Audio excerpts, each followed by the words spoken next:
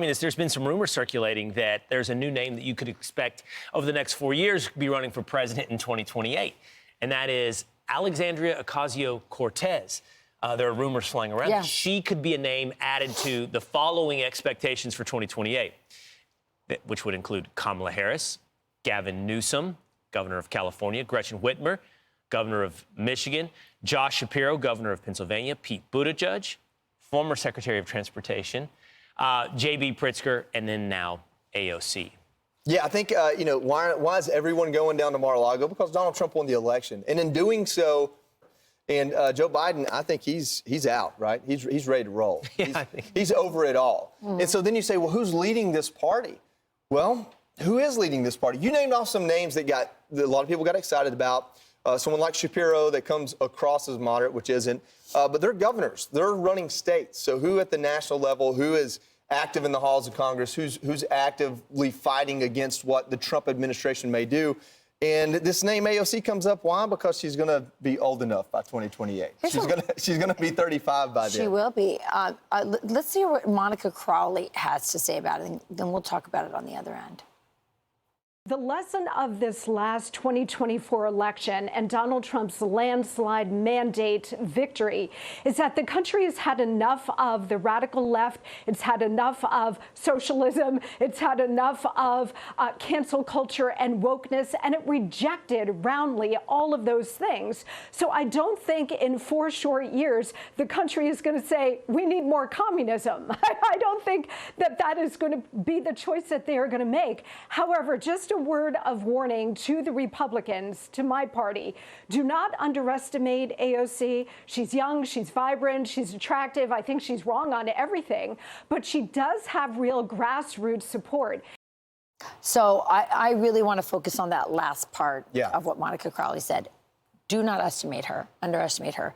I have said this from the moment that woman won that really unlikely election against one of the most powerful Democrats in her district.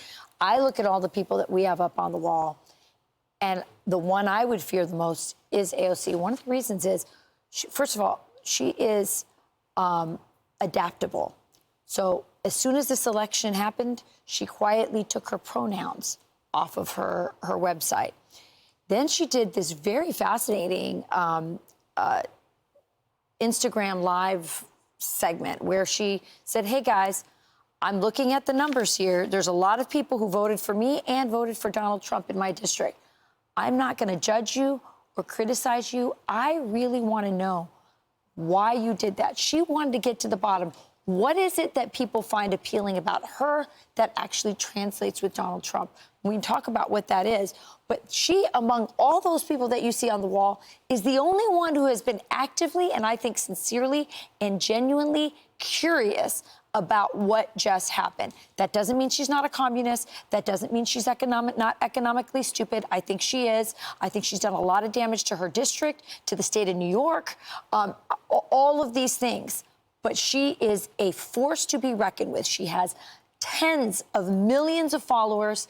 And by the way, the answer to that question is populism. She has populist appeal, just like Donald Trump. Yeah, I think it's a scenario that exists that she could be a leading voice coming out of it. I mean, if you go back to 2019, someone asked me, hey, do you think Trump will get reelected? I was like, Trump's the only way Trump won't get reelected. The country's doing great. Everyone's happy. They're going to reward that. And then COVID hits. And so what I mean by that is Trump just won on a very populist message, one that reached across the aisle in every category you can think of. And she would be going up against that maybe with a J.D. Vance, I guess. But what happened in 2020 is people, voters on the Democrat side at least, swung towards the establishment because they were scared.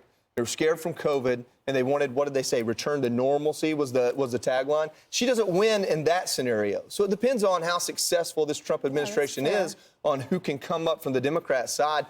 I would not underestimate her, but I would say that right now, today, if she went into a debate against J.D. Vance, I think it'd mop the floor with her. She is a good communicator, but he's a very intelligent person who is also a good communicator. And I'm not attacking her intelligence, but when it comes to issues, especially things like the economy, he has a way of saying things that are really smart in really simple ways.